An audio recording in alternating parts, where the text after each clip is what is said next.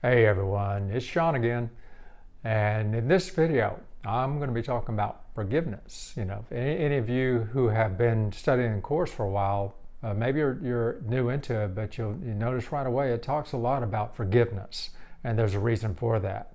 And so I'm going to give you give you a way of looking at forgiveness that can be very helpful for you, because it's all about practicing it. Until you actually apply forgiveness in every situation, we're just starting in any situation in your life. And until you're willing to really practice it, you can't really understand it because you haven't experienced it. But once you really have that experience of the healing effect of forgiveness, then it becomes a practice that you'll want to keep applying in your life. And you understand why a course is talking about forgiveness. It's not just about healing our relationships, it's about healing the mind, the split mind, to be more exact. And so forgiveness is a tool we use here while we appear to be in this dream of separation. And it is the most incredible power we can use here while we do appear to be here in a body. So with forgiveness, there's a way of looking at forgiveness that I think can be very helpful in your practicing of it. So if you think about forgiveness, let's look at the way the world thinks about forgiveness. It's usually the pardoning of sin or letting somebody off the hook.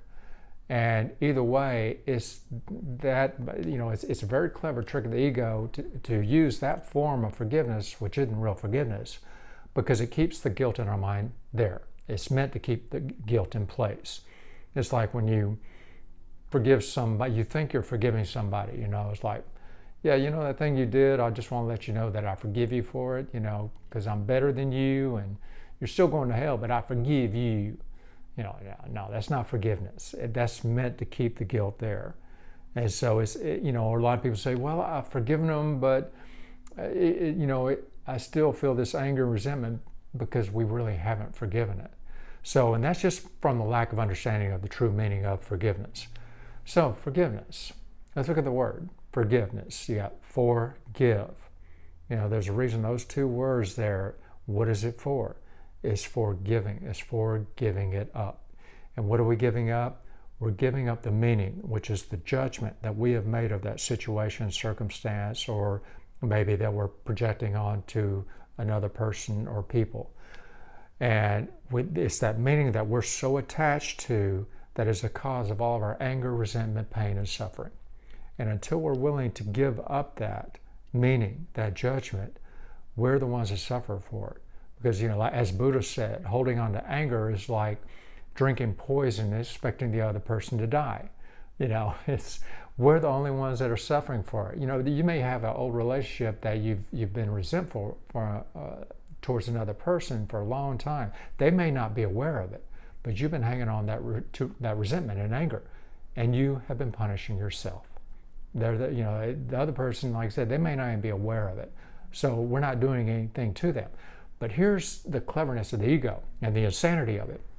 It would have us believe that I'm going to punish that person by destroying my life and showing them what they did to me as a way to make them feel guilty for what they did to me. It's insane, but that's what we do. It's like, look what you did to me. You ruined my life because of what you did to me, yet we're doing it to ourselves. The secret to salvation is but this: you're doing this unto yourself. And so once we finally are willing to recognize that, then it allows us to finally give up the meaning, which is that judgment that we've made of it, because that judgment is our own self-judgment. Because underneath all that, we think we deserved it.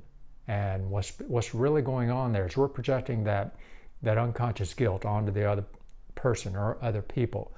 And here's the thing, here's a way of looking at relationships, why things happen with people. People show up in our lives to play a part for us, to play that part of that self-judgments that we're holding, we bury deep in our mind, that we're not willing to look at. And so what happens is people show up, here's the form of it. This is what it looks like, this is what it sounds like, and our feeling nature is there to tell us this is what that self-judgment feels like in the way they treat us, the way they speak to us, and everything that's going on in those relationships. But that's the form of it. That's the outside picture of an inward condition. And until we're willing to recognize that and finally see it not with the body's eyes that don't see that, don't want us to see that. It's the vision of the mind. That when we're willing to just step back from those situations, going, you know what? Yeah, that, you know, they're treating me because that's what I think I deserve anyway. So I must be doing this to myself. And if I am, then I can undo it. Forgiveness is the way to undo that. Because what is it for? It's for giving it up. We don't have to know how to forgive. We just have to be willing to forgive. All we have to be willing to do is say, you know what, Holy Spirit, here's the meaning of the judgment I've made of this. I don't want it anymore. I see what I'm doing here, and I'm the only one that's suffering really from this. So I don't want anymore. Here, you take it for me. And that's all we have to do. The Holy Spirit will take care of the rest. It's like, and you can also do this too. Say, here, Holy Spirit, take this from me. Give this to God, and let God know that I will no longer hold this between us, because that's a blockage to the awareness of love's presence, which is the very first paragraph, the introduction of A Course in Miracles. All we're here to do is remove the blockages to the awareness of love's presence, because we can't experience that true love as long as we have those blockages of those judgments that we project onto other people and onto the world, and continually blame them for what we are doing to ourselves. And so the incredible power of forgiveness is, now we see the power that we have. We can undo this ourselves. We can give this up. We don't have to suffer anymore. We can allow that meaning, give up that meaning, to allow a new interpretation to come through us, to allow healing to happen for us, the healing of the relationships and the healing of the mind. Because as we do this, the more we practice this forgiveness, what happens is, as we're removing these blockages, more and more peace starts to come back to our awareness, more happiness, more joy, more understanding. Now we become a vessel and a communication device for the Holy Spirit to share these ideas with other people. So, and that's just, just from the willingness to give it up, to forgive. Because, we're doing this for ourselves. Think about it, everybody else is showing up so we can finally see what those judgments look like, so that we can give those up. And, we're doing this for ourselves now instead of to ourselves. So in that sense, those are our holy brothers that are playing that part for us, because we're not willing to look at our own minds and see those judgments within our own minds, and that guilt, with the judgments that come from that unconscious guilt. So they show up for us. And in that sense, what better thing can we do for them than to forgive ourselves as well as forgive them? Forgiving them is the easiest. Forgiving ourselves is not, we tend to make that much harder. So that should tell you we're the ones that are behind it, right? So anyway, so be aware of that. And every time an opportunity, everything is just, as Gary Renard says in Disappearance of the Universe, it's just Jaffo, just a forgiveness opportunity. And it really is. And along with that forgiveness opportunity comes that healing opportunity. Without forgiveness, there is no healing. And with forgiveness, healing is the only natural outcome from that. So it's the true meaning of forgiveness. Just be willing to give it up. You don't have to know how, just be willing to give it up in that gratitude, saying, thank you, Holy Spirit. Now I see what I'm doing, and I'm ready to let it, and willing to let it go to you. Here, you take it from me. And it is done. And even when the memories come up, you'll recognize, they don't affect me anymore. That's just a clever trick of the ego, trying to draw us back into that. Remember this, remember this, remember this. Like, it has no meaning for me anymore, because we've changed our mind about it. So it no longer affects us. There are no words here to describe the incredible power forgiveness really has for us.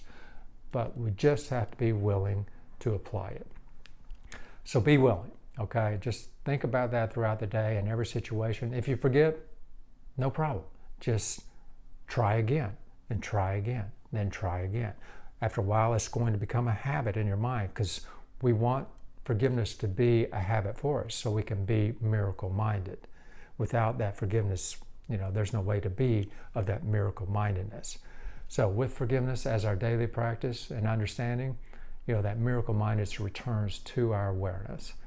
And we start to experience that in our daily lives, the effects of that in our daily lives, that without that experience, nobody can explain it to you. You just have to experience it. So, and trust me, I wouldn't be able to say these things unless I had experience them myself.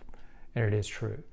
So practice it. Be willing to practice it. Ask the Holy Spirit. Ask Jesus for help in all that too.